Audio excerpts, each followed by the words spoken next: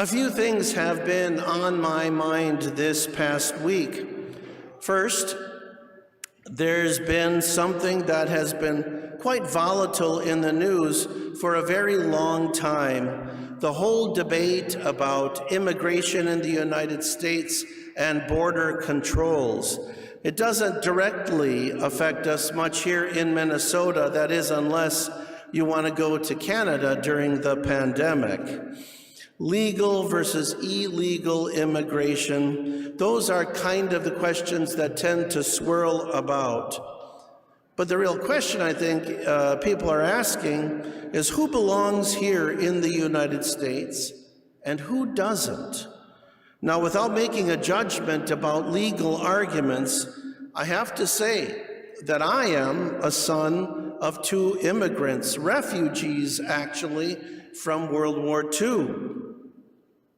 Frankly, if the issue is who belongs and who doesn't belong, I would have to ask what a person's measure is that determines that. Very few people can say that their ancestors came from this particular land. Almost all of us can trace our lineage back to another country. So if the measure is us, well, then I would say everyone belongs here. And as I thought about the immigration debate, I also thought a lot about parish clusters and mergers and closures. There have been a number of those issues swirling about, even right here in our own city. Just this past Thursday, we signed the final merger documents for Our Lady of Mercy with St. Mary's Star of the Sea. I am very aware that it is entirely possible that there are people here in our midst that have been members of some other parish. Perhaps they've been members of parishes that have been clustered or merged.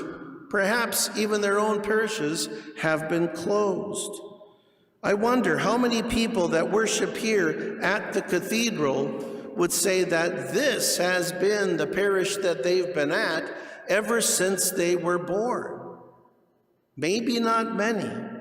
Most of us have come from some other church, even within our lifetimes, whether recently, like me, less than a year, or perhaps a long time ago. Many of us are in the same boat. Many of us, too, are immigrants to this particular building and this particular parish. There are people here that used to worship in another church building. And then lastly, I am reminded that this weekend is also the weekend that the church recognizes as Vocation Sunday. It does so because of the image of Jesus as that shepherd, that great pastor. The Lord Jesus continues to call other people to shepherd in the same way that he did. And no one needs to tell you how challenging that is and how so very desperately it is needed. Immigrants and refugees, questions of belonging, and that deep human need for Jesus Christ. In the midst of all that I just talked about, we hear Jesus tell us, I am the good shepherd. I know mine, and mine know me. A good shepherd lays down his life for the sheep. The fact is, my dear friends, that if Jesus is the good shepherd, and if we are ever going to feel like we belong somewhere, we won't. Or we shouldn't ever be satisfied by identifying ourselves primarily with a building or a nation or whatever may pass one day. If you want to know where you belong or to whom you belong, well then look no further than Jesus, the Good Shepherd. Ultimately, we are his flock, and we belong to him. I do think a great deal of the divisions in our society come from the fact that we get way too much of our identity, much too often, in things that are passing, things that can easily be gone or taken away. Just have to tell you the example of my mom and dad. They were literally ripped from their home country, from their homes, taken against their will. And they ended up in this beautiful country. I think when we tie ourselves to things that can be taken away, when we tie ourselves too tightly to passing things, then the trauma that we can feel when they are gone, well, that can be tremendous. I think we do well to think about what a flock of sheep does.